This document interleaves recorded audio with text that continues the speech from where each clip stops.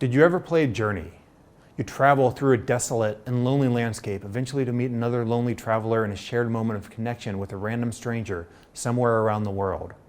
Where the game uses technologies and systems of the medium to connect you on a journey to reveal deeper truths about life. Or maybe it was Nier Automata. After a deep and depressing dive into meaning and existence within a nihilistic and apocalyptic world, only to reach Ending E, where all the pieces finally come together in a cathartic moment of emotional release. Where a game uses structures, narratives, and even different gameplay to allow an individual to better understand themselves and their place within the world.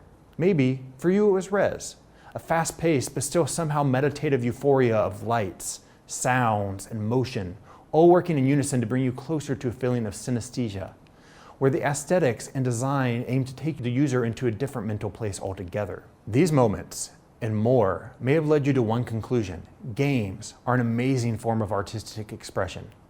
Well, are they? I am Kevin Pryor, a senior lecturer in the Game Design and Production Department at DigiPen Institute of Technology, Singapore. I welcome you to join me on our journey of games as a medium for artistic expression, where we will explore the history of this discussion, improve our understandings of the medium, and plan strategies to overcome the perils along our way as we chart a destination towards the future. Our journey begins in the year 2007. The first Assassin's Creed was released and Beyoncé had begun her ascent to superstar status. And two small experimental games are released: The Marriage by Rod Humble and Passage by Jason Rower. The Marriage is a simulation about the complex balance of maintaining a marriage using systems to model social connections and obligations. Passage is about moving through life, making decisions, processing loss, working as a meditation on the human condition. Yes, in a very tiny space, but this is intended to convey the limitation of our ability to see all possibilities of the future. These are both notable for attempting deeper meaning in their subject and the creative approach that more modeled fine arts approach rather than how game creators generally work. As such, they are widely considered to be the first true games as artistic expression. That is not to say that prior games did not contain moments of artistic expression. Games like VibRibbon, with its quirky and distinct aesthetic. Ico, which created an atmosphere-rich world where a meaningful connection is established with your companion. Or Chrono Trigger, where a time-traveling party worked to save the world from an ecological disaster of sorts. These games and more were pushing the medium into new depths of story, aesthetics, and even gameplay. Basically, games are already becoming art, so to speak. What The Marriage and Passage really did, though, was establish an audience and interest in more artistic-focused game experiences, of which early games, such as Braid and Flower, pivoted on to really introduce a new type of game: games with meaning. Braid took you on yet another time-traveling adventure, this time one of a more personal loss and acceptance. Flower, the precursor to Jenova Chen's later game JOURNE, took you on an aesthetically and emotionally calming meditative adventure. You were no longer just a hero slaying monsters in a fantasy land. Now creators could explore complex subjects with increased expressive range and nuance. But clever creators did not stop there. They continued to explore the possibilities provided by the medium. Some creators looked to darker or more socially reflective themes. Limbo explored a dark and decaying world as you uncover more about the sinister truths about the past. This War of Mine focuses on civilians trying to survive during the war and attempt to reframe the wartime narrative. Some creators, though, look to the fine arts for inspiration to give distinct aesthetics and artistic vibe. Okami drew inspiration from Sumi ink landscape paintings from Japan to create the feeling of exploring a painting and directly link the game to its cultural heritage. Manifold Garden looked to the worlds of MC Escher for inspiration to make mind-bending puzzles and visuals. Instead of the arts, other creators looked to pull concepts from theater and film to find new ways to work with their narratives. Death Stranding makes use of both film and game techniques to tell a haunting tale of adversity and perseverance. Before Your Eyes utilizes a player's ability to focus by giving brief glances of memories that dissipate when the user blinks. Some creators would even turn towards their own stories and lived experiences to share more personal and meaningful stories with their players. That Dragon Cancer uses the medium of gaming to tell a tragic story of losing a child to cancer. Depression Quest aims to simulate life for someone suffering with depression. This is to both educate and to show others that they are not suffering alone. These are just a few of the many projects and styles that employ artistic expression to convey meaningful ideas and aesthetics. Each year, more and more games are released that any fan of the games will tell you are some of the most impactful pieces of art that they have personally experienced. Games have also been featured in a number of museums and exhibits around the world. So this means, as a medium, we've made it. Congratulations! We have made it to museums. Thus, games have been widely accepted as a valid artistic medium where we can freely express ourselves. Right? Right? This brings us to the old chestnut of discussion, are games art? Are games art is an old and frankly tired debate that comes up every few years or so, generally amongst people who aren't really qualified to be discussing the topic in the first place. And because I like to be controversial and unqualified to discuss topics, I'm going to say that no, I don't think games are art. In fact, I would not consider most of the games I just showed you as what we would generally be considered works of art. But I don't think are games art is the right question to be asking. Are games a valid means of artistic expression? To that, I would say absolutely yes. And they should be treated as valid as any other medium for artistic expression, such as film, theater, music, visual arts, and more. This difference between art and artistic expression needs to be clarified. In return to painting, when asked if political art is art, Gao Xingjian gave an open response. He defined art as a collection of decisions the creator makes. If your decisions are for the expression of the piece itself, you are making art. However, if you're moving towards trying to achieve a political message, you're making decisions to ensure your message comes across. Hence, you're actually moving away from the actual art. This always struck me as the best way to explain artistic expression, as one where your decisions are made for the piece itself rather than outside considerations. The more decisions are influenced by your audience, technical limitations, platform restrictions, accessibility, the more you're moving away from the art. Artistic expression is in your ability as a creator to freely express yourself within a chosen medium. And meaning is not necessarily art. This is a concept that is really needed in order to discuss this topic. You can create depth and meaning without creating art. While the reference games are all wonderful and meaningful experiences, they mostly all exist as consumer-based products, thus moving away from pure artistic expression and away from being pure art. But now look, I've fallen into that what is art trap, a topic scholars, philosophers, and internet forum dwellers will debate for eons. What is a far better use of our time is to look at how we, as prospective creators of games, can make use of the medium for our own artistic expression, regardless of what the scholars may say of our pursuits. I encourage the audience to consider games as a potential creative medium to pursue for your own artistic expression. I personally find games to be one of the more promising and interesting mediums to explore from a creative perspective. For starters, they are an amalgam of a bunch of other mediums, which gives you a lot of expressive range. As anyone who has played a game can attest, they have an ability to really suck you in and immerse you within the space, which is a great opportunity for any artist to explore. They also have this interesting ability to foster direct dialogues with the audience, which allows you, as a creator, to directly communicate with your audience. Plus, it is a very new medium with lots of unexplored creative ground, which should excite any creative, bored, and looking towards the avant-garde. Have I sold you on trying to express yourself with games? If so, here are 7 key components that you get to play around with. Each of these open up a different way to express, some of which are unique to the medium itself. Let's take a look, shall we? The idea of agency is that the audience should have some measure of control or impact on how the piece progresses. Basically, the very important game concepts of decisions. Ideally, decisions that matter. These choices help to create a more personalized experience for your audience. It can also be very liberating to work with as a creator, as you can really look at the topic from multiple viewpoints, which allows you more opportunities to explore your own thoughts on the subject. In Frostpunk, you need to make some very hard decisions on how to survive as a community that may show you a lot more about how you view humanity as a whole, and allows you to think more about what you would do in those situations and what you value. It is important to understand that all games are fundamentally about a communication with the audience, much like other creative mediums. Where the communication differs is largely via the input given directly by the user, which translates into feedback by the piece. The player performs actions, the game translates those actions into feedback. That feedback then gives the player something to process. An important design lesson is to understand that you are, in a way, having a constant dialogue with your player. Once you understand this, you can better play around with the concept to achieve deeper and more nuanced discussion. Papers, Please is on the surface a game about working as an immigration agent. However, that basic dialogue morphs over time into a much more complicated situation about an authoritarian nation and its impact on the people, and how this oppression affects all citizens, including the player. In many ways, communication in games is more akin to a book or a long-running TV show. The more you engage, the more you connect to the characters.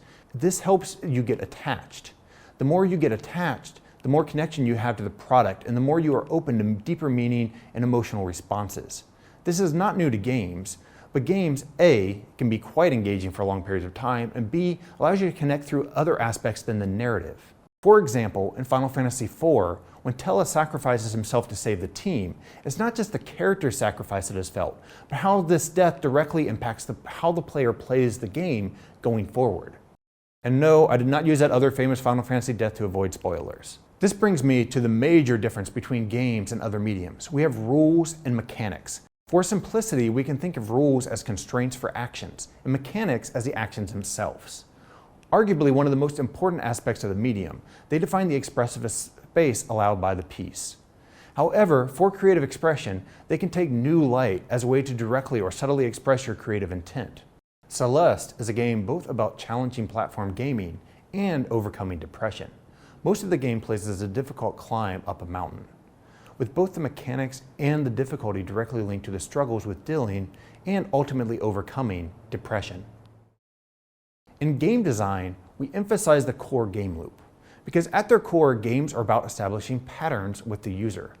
Ultimately, this is done for the user experience as it helps our users better understand how the game works. It also allows for a safe and comfortable routine, which helps our players engage with the game. As a creator, establishing patterns is kind of neat, but honestly, for me, I really like those destructive breaks in the patterns that's what I'm most interested in.